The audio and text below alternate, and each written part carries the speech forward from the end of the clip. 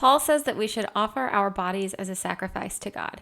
Now, this may sound confusing, vague, but it's actually very simple. And it was simplified for me a couple of days ago in a conversation with my 4-year-old.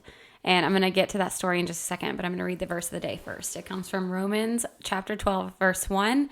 It says, I appeal to you, therefore, brothers, by the mercies of God, to present your bodies as a living sacrifice, holy and acceptable to God, which is your spiritual worship.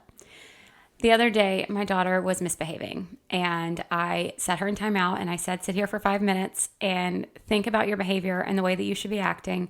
And that was it, basically. Time was up. She came to me after. I said, come here. What was it that you thought about? And she said, I need to go Jesus' way.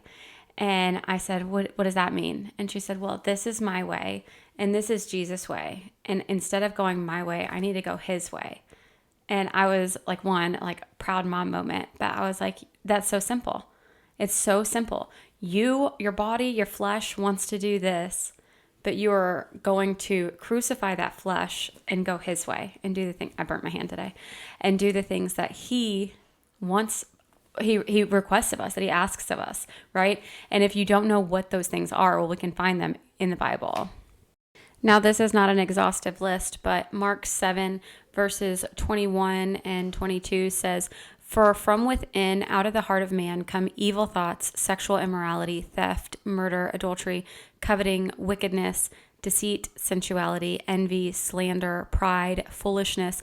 All these evil things come from within, and they defile a person.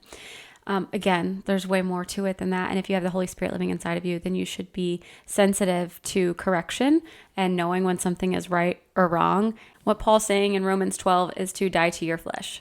Die to the things that are unholy to God.